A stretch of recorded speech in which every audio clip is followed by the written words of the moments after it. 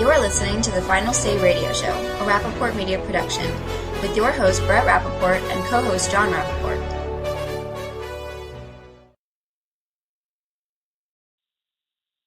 Clare Lopez with the Center for Security Policy. Thank you so much for joining us today. It's a pleasure to have you with us, Brett and John. Well, thank you. A pleasure to be with you. It's fascinating to me. John and I are having a discussion of all that's going on wrong in the world under this administration for about a half an hour now, and I just think it's ironic. Yeah.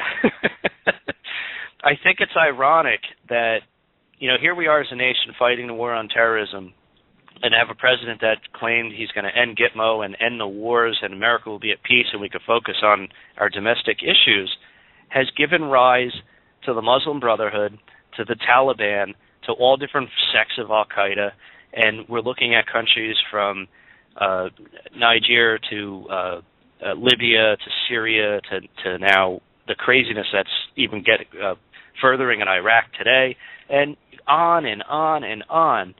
And could you ever have imagined that a president could make so many fatal mistakes in such a short time period to almost kind of set us back decades, if not longer? It's quite a litany, isn't it? Hillary Clinton has a new book out called Hard Choices. But the way we would put it would be, these aren't hard choices. These are bad choices. Every one of them is a bad choice, and it's not a mistake. Honestly, I don't think they're errors or mistakes. These are deliberate policy decisions based on a particular worldview of America that is diminished from our traditional stature in the world. No, very well said. Now, Claire, we just witnessed over the last week and a half, a trade which I didn't think we would ever have done, trading with terrorists, negotiating with terrorists the way we did, where we took, now forget the background behind this fellow, but we obtained Bergdahl from the Taliban in exchange for probably 5 of the most hardened, most dangerous threats that we've been holding in Guantanamo Bay for all these years, 5 for 1, and what those ramifications could be. I mean, I never thought that would happen. I could see the release of other people, and we have seen the release of other people. I never thought that this type of release would ever be possible. No, I mean, it's unconscionable, another bad choice by this president and his administration. In the first place, there were choices. The president did not have to negotiate with terrorists. And by the way, It wasn't the Taliban that held Sergeant Bergdahl. It was the Haqqani network. They are separate and distinct entities, even though they are both jihadis that come under Mullah Omar. So the question is, we traded 5 hardened, as you say, worst of the worst jihadi detainees out of Gitmo, but we were negotiating through Qatar as a cutout with the Taliban. So what did the Haqqanis get for this deal? What's the rest of the deal that paid off the Haqqanis that we don't know about yet? But the bad deal, of course, is that these 5 worst of the worst jihadi terrorists are now going to be essentially back in the battlefield immediately, because in this day and age, the battlefield is wherever there's connectivity. These aren't ground troops. These aren't foot soldiers. These are commanders and strategists for the Taliban, and they can get right back into the battlefield as soon as the celebrations in Qatar are done, and they get a hold of an internet connection or a sat phone. That's an excellent point, and let me just mention 2 things here that are, one is unfolding and is becoming an incredibly great threat to that region. And as you see, the Al-Qaeda offspring, now they took over Mosul and approaching other cities in Iraq, where I can't believe this, but they are actually now using U.S. equipment that we left behind because this president wasn't able to negotiate a status of forces agreement to properly deal with events after for not all of our troops, but you would have thought that we would have left something behind in Iraq to help at least stabilize that country for a time period, but we didn't do that. And that place is going to turn into an absolute disaster very quickly. But here's the greatest threat that could possibly unfold sooner than we'd like to see happen. And you have nuclear bombs in Pakistan, and the North Pakistan and other regions are becoming more violent, more radical, and who knows how fast the Taliban and the Haqqani network and any of these other factions could take control of nukes in this region.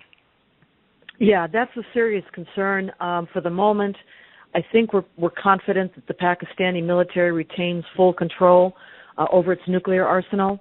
But you're absolutely right to be concerned about the advance of jihadist forces, because it's not just that they're going to take over Afghanistan again. They are. The Taliban will be in control in Afghanistan again, together with its allies, which include Al-Qaeda and the Pakistani ISI, that's their intelligence service, and Iran, because that is the coalition that we faced pre-9/11 and were unaware of then. The problem is that coalition is reforming again now. We are facing it again now, but the situation is much worse because Al-Qaeda is much more powerful now than it ever was pre-9/11. The Pakistanis have never been held to account for their role in any of this. And Iran is also more powerful and I think has been designated by our administration to be permitted to become the regional hegemon after we depart the area.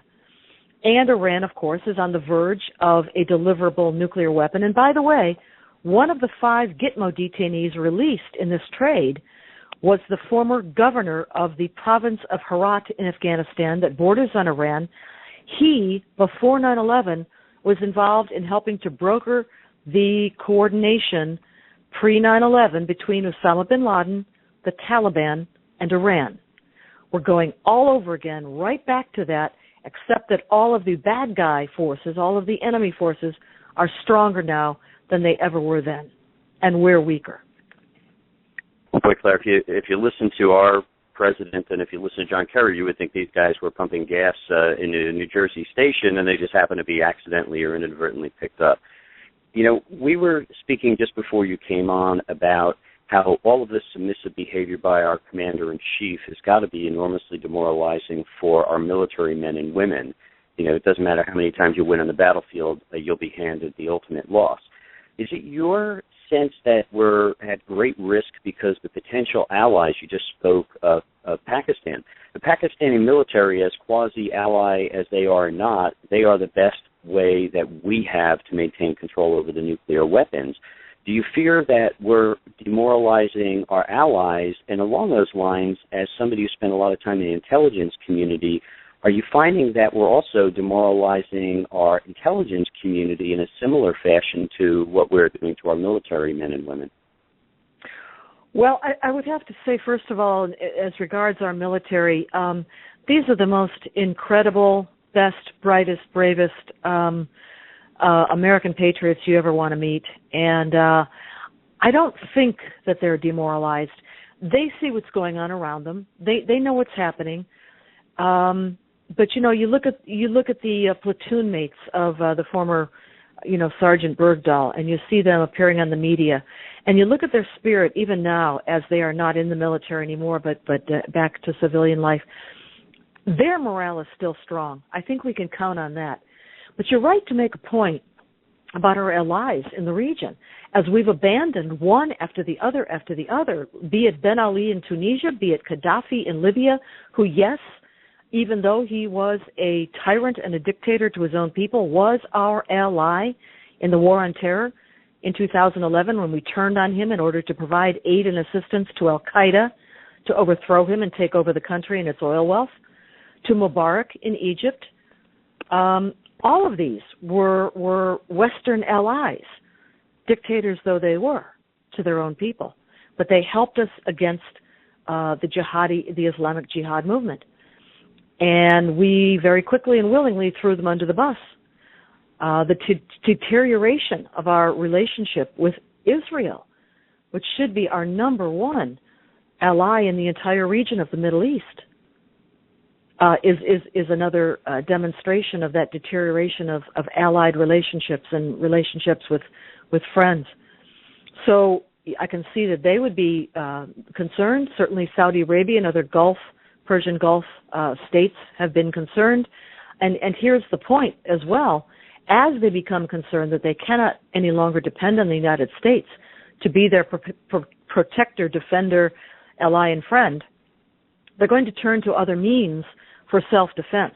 And this opens up a Pandora's box of potential proliferation, in particular in the nuclear era, as they fear the Iranian nuclear weapons program, geographically in much closer proximity to them than to us. And we understand, Claire, that there has been for many, many years an extremely high-risk, uncomfortable, potentially explosive standoff. In fact, I think it was just before 9/11, actually, we were worried about them coming to blows between Pakistan and India. As a side note to this conversation, if there is potentially one shining light here, the al-Qaeda attacks on the airport in Pakistan might be a nice catalyst happening. It may actually be to the advantage of, Modi has just won the election in India, and he has immediately reached out to and invited the the president of Pakistan to India in the hopes of creating, reducing tension and actually creating a much better relationship between those two countries, which could, given the poor leadership coming from our current commander-in-chief, could actually be one of the diffusing items that we could. It's not going to help in Iran, but it could certainly help keep Pakistan from becoming a major purveyor of nuclear weapons. Well, I mean, it's certainly to be hoped, that these two nuclear powers there on the subcontinent would see their mutual interest in maintaining stability. And certainly the new Indian Prime Minister, Narendra Modi, gets high marks, and of course he won his election there in an absolute landslide. So it's a very positive sign to see that he is reaching out to the Pakistanis, and that there would be potential talks leading up to between him and the Prime Minister of Pakistan, Nawaz Sharif. So certainly we can hope that the two of them can help to defuse tensions in that terribly important part of the world, given especially that they're both nuclear powers, as you say.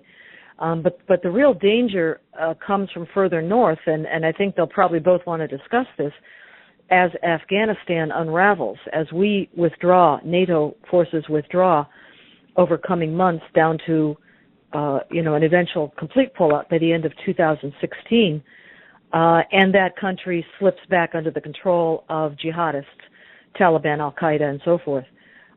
They've got a lot to talk about, these two prime ministers. They do. Now, I may be the eternal optimist, Claire, but I'm certainly not naive, so I want to bring these things all together in full circle. So the ultimate war here, which started, or at least catalyst in 1979, is between Iran and America, even though only Iran is willing to admit that we've been at war for all these years in some way, shape, or form. So what worries me is at the same time that Iran is getting or has the bomb and is preparing the delivery and protective systems to use it effectively, or which doesn't always mean they have to fire it, as you know. They could just use it as a terrorist threat. I wanted to bring Qatar into the equation because we have, and as you know, civilization jihad is potentially a huge problem here. And I want to get your take on Qatar because they also were a big part of this, and they were sort of the trusted intermediary for this prisoner exchange. And I worry, Claire, that Qatar is playing the force of moderation, but as with their purchase of Al Jazeera, or I like to call it Al Gore Jazeera, that this is actually a manifestation of civilization jihad and will work in the news and politically to soften up America at the very same time to not be able to identify and clearly protect ourselves against the enemy, and at the same time do so while Iran is actually potentially prepared to attack us. So I know that was kind of a big mouthful, but you know the players, so I wanted to get your take on how those pieces actually come together and how real the threat is.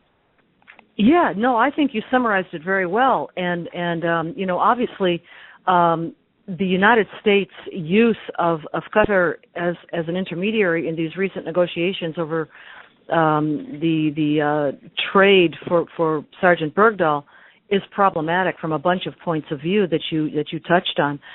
Certainly Qatar is known as, I called it in an article I wrote not so long ago, the banker to the global jihad.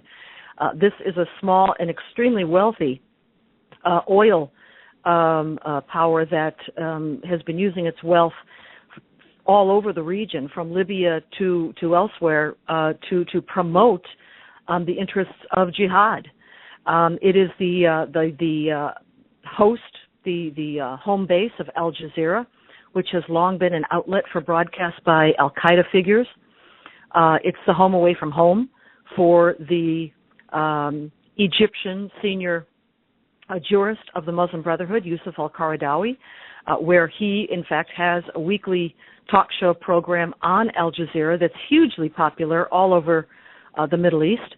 Doha is also host, of course, to an office of the Taliban, and that's the office that negotiated, apparently, with the U.S. negotiating team for these many past months over the release of the trade for Bergdahl. So from a whole bunch of points of view, this is a very problematic relationship, and certainly not one that should be held in great esteem or trust.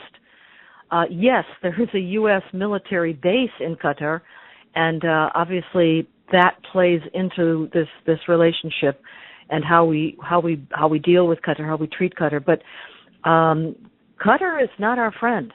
They might be hosting a military base for the United States in the Persian Gulf, but Qatar is the supporter of international jihad.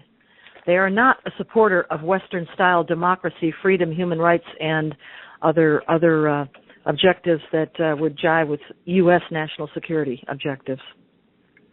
No, that's a great point, and I find it rather odd that this administration doesn't quite understand that the biggest threat to individual liberty and some of the things that we should be standing for are these very countries. Claire, I know we only have a few more minutes left, but just a couple quick questions related to some of the comments based on Bergdahl and the hearing today with Chuck Hagel. And I'm curious as to, one, it seems that there's a blame game going on. The White House, saying it was Hagel's call, and Hagel, I think, sort of clearly, he wasn't very clear in his answering, but seemed to allude that, no, it was the White House that had the final say in making this deal. So that would be one question. Is it clear who made the call, and shouldn't the buck just stop at the president's desk regardless? Well, it's pretty unseemly of the White House to, try to throw their defense secretary under the bus after belatedly they somehow glom on that the sentiment of the American public finds this deal utterly reprehensible and disgusting. I'm no fan of Chuck Hagel, but he didn't deserve to be thrown under the bus. Yes, the buck stops with the president.